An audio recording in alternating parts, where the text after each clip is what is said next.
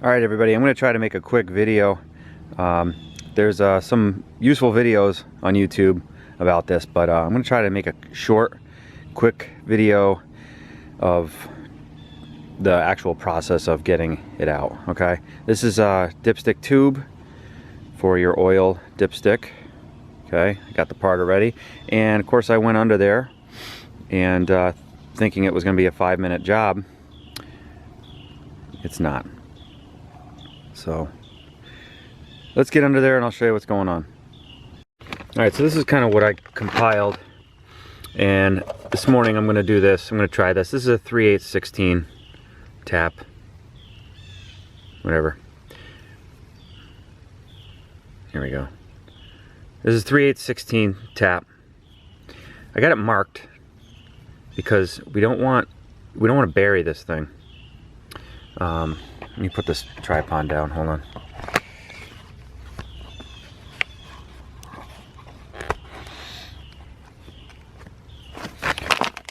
So basically what you're looking at in the block, mine broke off right here, and that's probably what you're up against. So this part's seized in there and this part's seized. At first I was thinking to get a tap and get a bolt that's long enough and tap this narrower section. Tap this narrower section and kind of build a puller and pull this part out. But I'm telling you, it was very difficult to find. This is an M7x1 tap. So I had the tap, but you know, locally it was really hard to find the correct bolt. I got this bolt, but it's not really the right length I need.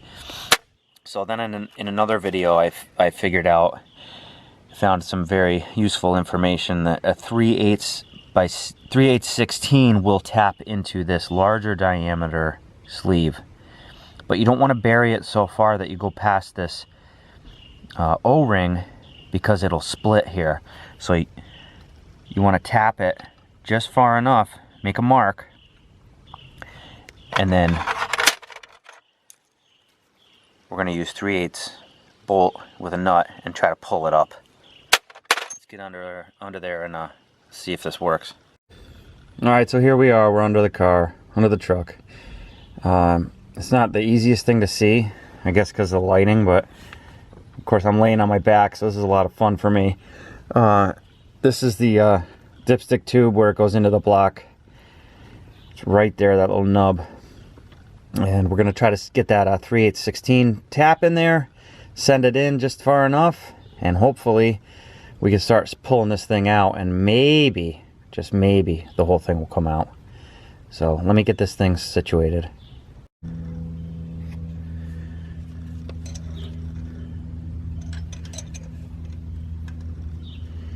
Alright, so I got it's an 8mm wrench. It's quite difficult to get in here, of course. Just when you think it's be a nice easy task, it never is it? Never is. So I'm just working this tap nice and slowly. Kind of seems like it hit a spot where it doesn't really want to go anymore, but that could just be I had the wrong wrench on it. I had a standard wrench on it. Now I went to 8mm, so it's a little tighter fit. It just doesn't seem like it really wants to go in anymore, but I gotta keep trying here. So yep, this is what you're up against, so just get comfortable under here, because it's not fun. Bring it back. Alright, so this is the setup. I just got a piece of 3/8/16 threaded rod. Wait, this thing does not want to focus. Sorry guys. You know, just enough to catch the threads in there, and it's just a 1/2 inch drive socket, just something that'll you can use as a sleeve to pull that thing out. So let me get this thing in there. All right, sorry for the camera work, but so I got a vice grips just catching the top, like right at the top of the washer, because I don't want to damage the threads. Just a little, just enough bite to get this thing to thread in there, right? You want to, I'm trying to catch as much threads as I can in that tube, even though the tap only went in so far. I want to get this thing in there, you know, as much as I can, so that I have a fighting chance of pulling the whole sleeve out. I'm hoping. You know, obviously this is my first time doing this too, so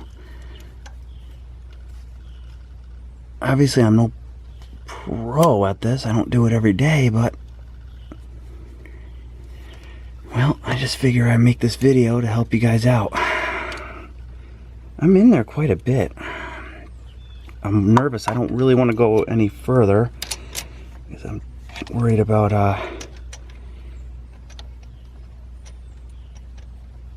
that's weird. This washer is so big. Well, anyway, let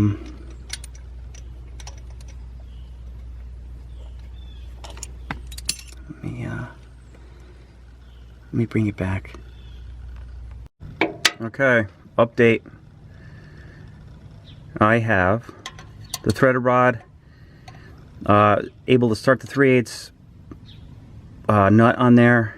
You know, like I said, like you gotta be careful on those threads, because once you get that thing set in there, I mean, yeah, you don't want to. It's tough to.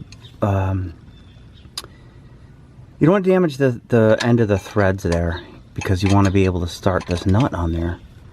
And so it's tight right now. I know this is probably really hard to see. I can barely see it myself, but let me see. I got the open end wrench on there because there's just not enough room to get a boxed wrench on there. And I'm just taking a bite at it at a time. Hey guys, how's it going? How's your project going? Mine is actually still turning, and I'm very hopeful that this is actually going to work. The threaded rod has not been spinning. It did spin a little bit, but I think it just kind of tightened up a little bit more. And I don't know. I think we're about to have like a big reveal here, because it feels like it's getting easier. It got really tough, and then it got easier. Oh boy. Alright, so here we are. Unfortunately, I don't have the whole tube out, and I kind of knew this was coming. This is what came out. And just like I thought, you know, another guy's video, this is the weak spot. And this part is seized in there for sure. So obviously that's where it came out. And it pretty much took, you know, that O-ring is still stuck in there. It's stuck in there pretty good to be able to rip it out like that. So can't go 3/8 anymore. So hey, it was worth a shot. 3/8 is real common size. Now I have to go to, so standard sizes, really, I don't know, nothing's really happening in there. So I went with M7 by 1. This camera is not focusing well, but this is M7 by 1, and that's a hard bolt to find locally. But so anyway, this is the tap. You want to check the size. You don't want to cut it in. You don't want those threads to cut in here too much, because then you want to rip this thing out in pieces. So M7 by 1 is perfect. Just cuts it just enough. And this is the only bolt that I could find after going to about, I don't know, 4 different locations, 3 different hardware stores. This was the 3rd hardware store I found this, and this is M7x1 threads, but I want all threads here, so I'm gonna tap this whole thing real quick. Okay, it's all threads.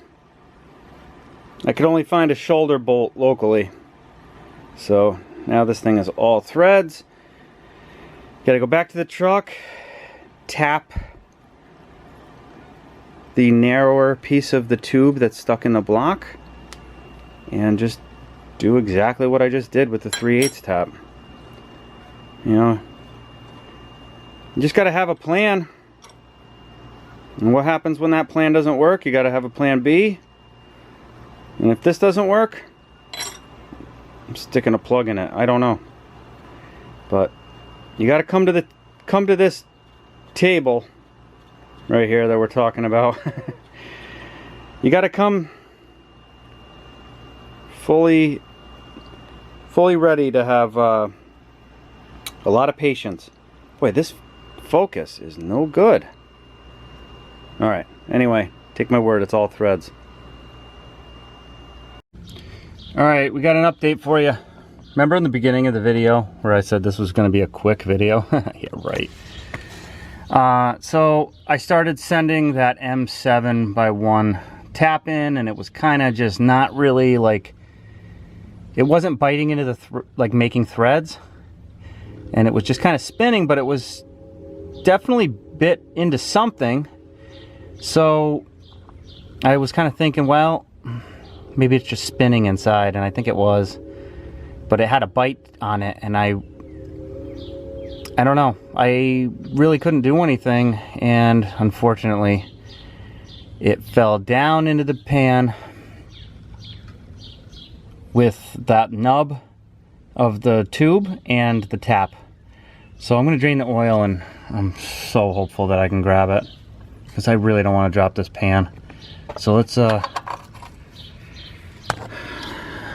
guess I'm doing an oil change now.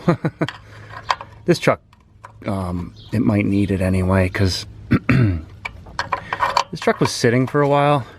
I did change the oil once already, but I wasn't really prepared. I wasn't gonna change the oil just yet, but now I kind of have to. So I don't know. It'd be good to see the condition of the oil, and I gotta get this thing out of here. Get this pan here. Yeah, see, the oil's not too bad. But got a nice clean drip oil pan, drip pan, whatever, so maybe I can reuse it. Who knows? It might not be a good idea at this point. Possible metal shavings. Yep. That's why I said, don't think like you're gonna go into this and, you know, have this thing done, and you might not, I don't know. But what I'm up against, it's not fun.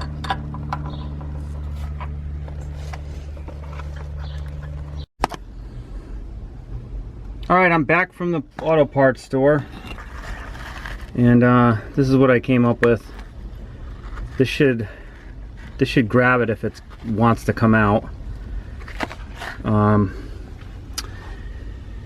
Yep, let's see if we can fish that thing out of here, and backup plan is obviously drop the oil pan and do an oil change. I got the oil pan gasket. Let's see where this goes.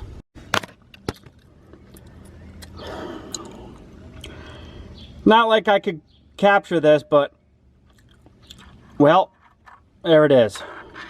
That's our prize. Now we don't have to drop the damn oil pan. There's the tap, there's the rest of the tube, there's the O-ring. The new one is ready to go in. Lord! Alright, so now that this is out, what do I have to say? Well, you guys are going to attempt this. I'm trying to think of advice. This definitely worked, the M7x1. If you could start out with the M7 and not even go at the 3/8 maybe, because when I went with the 3/8 and we pulled that section out, then this part was spinning in there. I couldn't pull it out. So I would say maybe if you could not do the 3/8, tap this guy all the way in and find a bolt. This is, I would say this is probably about 2 1/4 long, this bolt. If you could find a longer M7x1 bolt and then pull that whole thing out, you might have a better chance at that. Or if your oil pan is dripping, maybe just go at it from the oil pan. Well, installation is just the reverse. So throw it in and send it. I got a couple other things I'm going to do today. I got this tensioner to put in and a couple idler pulleys. So I'm not done, but the day's almost over and I've only gotten this far. All right, well, good luck with your project, and I hope this helped. Take care, bye.